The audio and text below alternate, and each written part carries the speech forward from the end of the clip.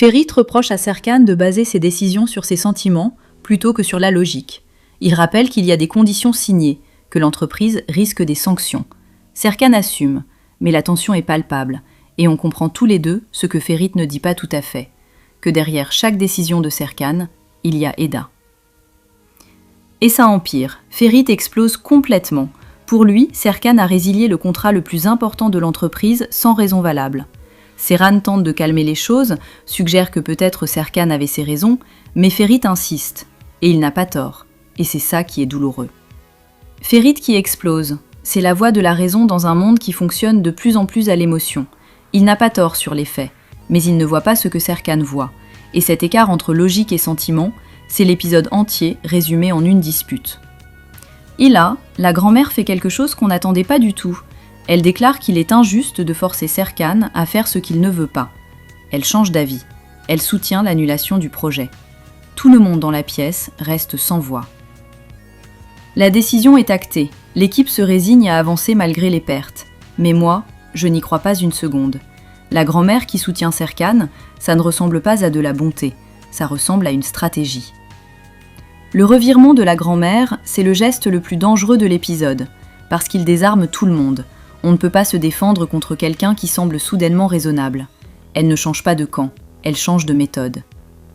Aidan a un plan. Elle observe les habitudes d'Alex sur les réseaux sociaux, et elle décide de courir chaque matin sur la même rue que lui, pour provoquer une coïncidence, se rapprocher pas à pas. La séduction comme stratégie méthodique. Et honnêtement, je suis impressionnée. Et ça fonctionne. Eifer croise Aidan par hasard. Il plaisante sur le mot « coïncidence » en italien. Eifer parle de son voyage à Rome, Aidan prétend attendre un train en exercice. Et Alex propose qu'ils s'entraînent ensemble au gymnase. Le plan avance, parfaitement. Aidan, qui met en scène la coïncidence, c'est un personnage qui ne fait jamais rien au hasard. Et cette méthode, observer, planifier, apparaître naturellement, c'est presque poétique. Elle utilise les mêmes outils que la grand-mère, mais pour l'amour, et ça change tout. Au gymnase, Alex annonce qu'ils vont pratiquer l'aïkido. Eifer compare ça au ballet. Aidan évoque ses danses traditionnelles. Et Alex explique que l'aïkido repose sur l'équilibre et la respiration. Il guide ses élèves. L'ambiance est sereine, presque spirituelle. Il dit que l'aïkido c'est toute harmonie, qu'il faut comprendre l'attaque, la démonter et s'en libérer. Et en écoutant ça, je pensais à Eda, je pensais à Serkan, je pensais à la grand-mère. Cette philosophie du dojo, c'est exactement ce dont ils ont tous besoin. L'aïkido comme métaphore, comprendre l'attaque, la démonter, s'en libérer. C'est littéralement le manuel de survie face à la grand-mère. Et le fait que cette leçon arrive dans cet épisode-là, ce n'est pas un hasard. Eda discute avec le prince Seman. Il veut ajouter une conception de serre en fleurs au projet. Eda s'étonne de ce nouvel intérêt pour les fleurs et lui explique qu'il a découvert de nouveaux passe-temps. La conversation prend un ton plus intime. Il évoque les blessures d'une séparation. Et Eda, elle écoute, parce qu'elle comprend exactement ce qu'il ressent. Seman et les fleurs, un homme qui découvre la nature après une rupture. C'est une image belle et triste à la fois. Et cette conversation entre lui et Eda, deux personnes blessées qui se parlent sans vraiment se le dire. Il y a quelque chose de très délicat dans cette scène. Pendant ce temps, la grand-mère orchestre ses manœuvres dans l'ombre. Un complice lui remet des documents obtenus au péril de sa vie. Elle le paie, satisfaite. Elle dit que ça a été une bonne affaire. Son plan avance.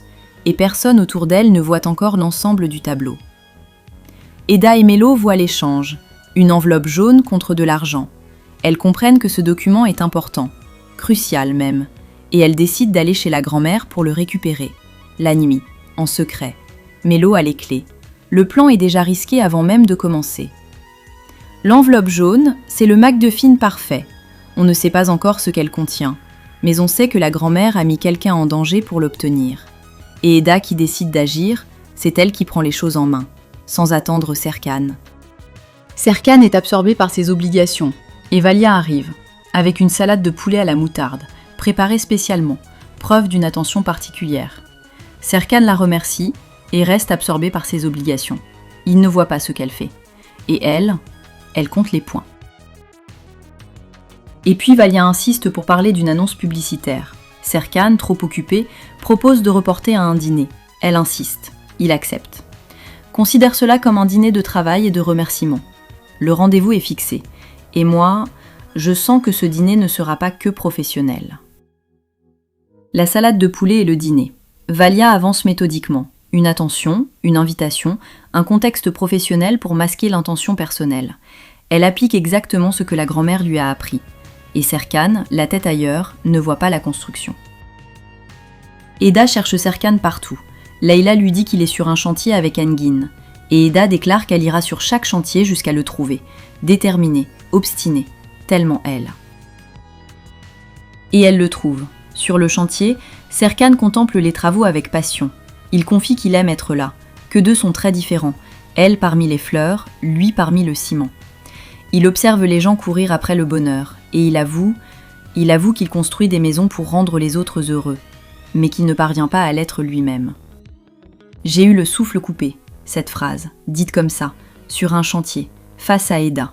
C'est la phrase la plus triste et la plus vraie de tout l'épisode.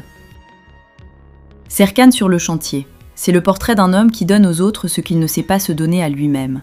Il bâtit des foyers, mais il n'habite pas le sien. Et le fait qu'il dise ça devant Eda, c'est lui qui lui tend quelque chose sans oser appeler ça une demande. La conversation glisse vers leur relation. Eda lui rappelle qu'il l'a laissée. Et malgré tout, elle propose qu'ils restent amis. Serkan accepte. Il dit qu'ils doivent oublier le passé et continuer leur vie chacun de leur côté. Mais Eda avoue que c'est difficile pour elle. Et Serkan, il semble décidé à tourner la page. Ils se séparent, l'ascenseur pour lui, les escaliers pour elle. Ce choix symbolique m'a brisé le cœur. Même chemin, deux directions.